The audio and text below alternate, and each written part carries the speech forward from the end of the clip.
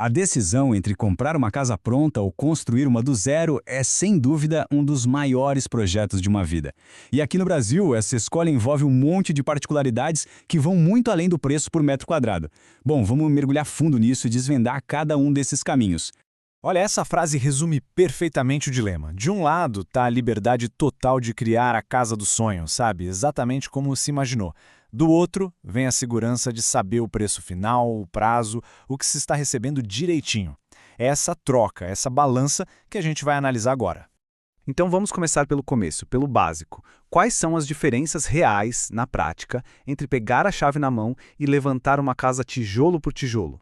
A resposta envolve bem mais do que só a obra em si. Essa tabela aqui já deixa o jogo bem claro, né? Olha só.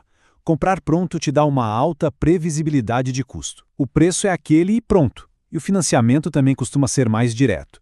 O lado ruim, a personalização é limitada. Já na construção, a liberdade é total. Dá para fazer tudo do seu jeito. Mas, em compensação, a previsibilidade de custo é baixíssima e o risco da obra, bom, esse fica todinho nas costas do dono. E por falar em custo, esse é o ponto que mais pega, a principal armadilha para quem decide construir. Vamos entender de uma vez por todas por que aquele orçamento inicial quase sempre acaba sendo otimista demais. Muita gente ouve falar do CUB, o tal custo unitário básico, e usa ele para calcular o valor da obra. Só que aí mora o perigo. O CUB é um índice oficial, sim, mas a própria norma que o cria diz com todas as letras, ele não inclui um monte de despesas que são essenciais. Ele é, na verdade, um ponto de partida e nunca o ponto de chegada do orçamento. E esse gráfico aqui ilustra perfeitamente o que o CUB deixa de fora. O custo real de um projeto tem que incluir os projetos em si, as taxas da prefeitura, as fundações e, o mais importante, uma reserva para imprevistos. O CUB cobre basicamente materiais e mão de obra, que são as fatias maiores, claro, mas são essas outras menores que costumam explodir o orçamento. E o resultado prático disso tudo é esse número aqui que chega a assustar. Em média, as obras feitas por conta própria estouram o orçamento inicial em 20% a 40%. É um dado muito forte que mostra como é crucial planejar tudo com uma boa margem de segurança no bolso. Ok, já entendemos a questão dos custos. Mas e a prática? Como é no dia a dia a jornada de quem decide construir? Posso adiantar que não é tão simples quanto comprar um terreno e chamar um pedreiro, não. Bom, tudo começa no terreno, obviamente. E essa lista aqui é um verdadeiro dever de casa, que tem que ser feito antes de assinar qualquer contrato. Conferir a matrícula para ver se o terreno está limpo, entender as leis de zoneamento e, principalmente, investigar a topografia e o tipo do solo. Um terreno inclinado, por exemplo, pode deixar a fundação muito mais cara.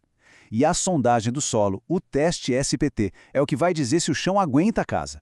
Pular essa etapa é pedir para ter prejuízo lá na frente. Certo. Terreno comprado começa a maratona burocrática. Esse aqui é o caminho das pedras, o passo a passo legal. Desde contratar um arquiteto ou um engenheiro que vai ser o responsável técnico desenvolver todos os projetos, até conseguir as licenças. A principal delas é o alvará de construção, que autoriza o início da obra. Depois que a casa está de pé, vem o habite-se, que é o atestado de que ela pode ser habitada. E por último, tem que ir no cartório fazer a verbação, que é o que oficializa que aquela construção agora existe no papel. Pular qualquer uma dessas etapas cria uma obra irregular que, para a lei, é como se nem existisse. Entender todo esse processo legal já dá uma boa ideia dos riscos, né? Cada um desses passos, se for ignorado, pode virar uma dor de cabeça sem tamanho. Então vamos focar agora em como fugir dos erros mais comuns e mais caros que geralmente acontecem bem antes do primeiro tijolo ser assentado. Vamos lá, uma série de regras de ouro. A primeira, e mais importante de todas, obra sem alvará é obra ilegal. Aquela economia que se pensa que está fazendo no começo não compensa nem de longe o risco de levar uma multa pesada, ter a obra embargada ou, no pior dos casos, receber uma ordem de demolição. A segunda, o laudo de sondagem do solo. Gente, isso não é luxo, é necessidade. É ele que vai dizer qual o tipo de fundação certa para o seu terreno.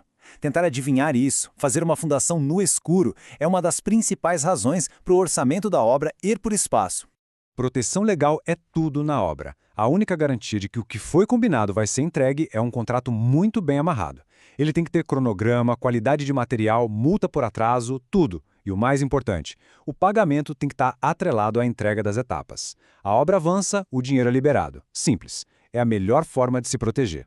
E por último, um alerta sobre a ART ou RRT, que é o documento de responsabilidade do engenheiro ou do arquiteto.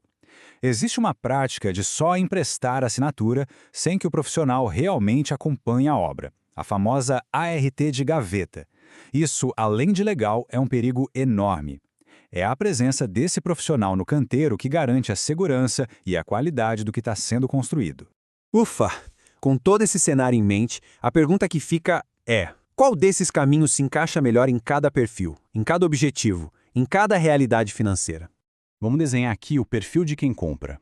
A casa pronta é, sem sombra de dúvida, a escolha da tranquilidade, da previsibilidade. É ideal para quem tem pressa para se mudar, para quem tem um orçamento que não pode ter nenhuma surpresa e, claro, para quem não tem tempo ou simplesmente não quer o estresse de gerenciar uma obra. O grande desafio, lógico, é achar no mercado um imóvel que seja perfeito na localização e no estilo, mas se ele existir, esse tende a ser o caminho mais seguro. Agora, construir a escolha do controle, da personalização total. Vale muito a pena para quem sonha com uma casa que tenha exatamente a sua cara ou para quem já tem um bom terreno legalizado. Mas o investimento aqui vai muito além do dinheiro. Exige tempo, coisa de 2 a 3 anos em média, uma reserva financeira bem gorda para cobrir os imprevistos e um perfil resiliente preparado para gerenciar um projeto longo e cheio de surpresas. No fim das contas, a decisão volta lá para a nossa primeira frase. Não tem resposta certa ou errada que sirva para todo mundo. A pergunta que cada um precisa se fazer é: o que é mais importante na minha jornada? Ter o controle total do resultado, mesmo com todos os riscos que vêm junto, ou ter a previsibilidade de um caminho mais seguro e sem surpresas? A resposta para essa pergunta é o que vai definir a escolha certa.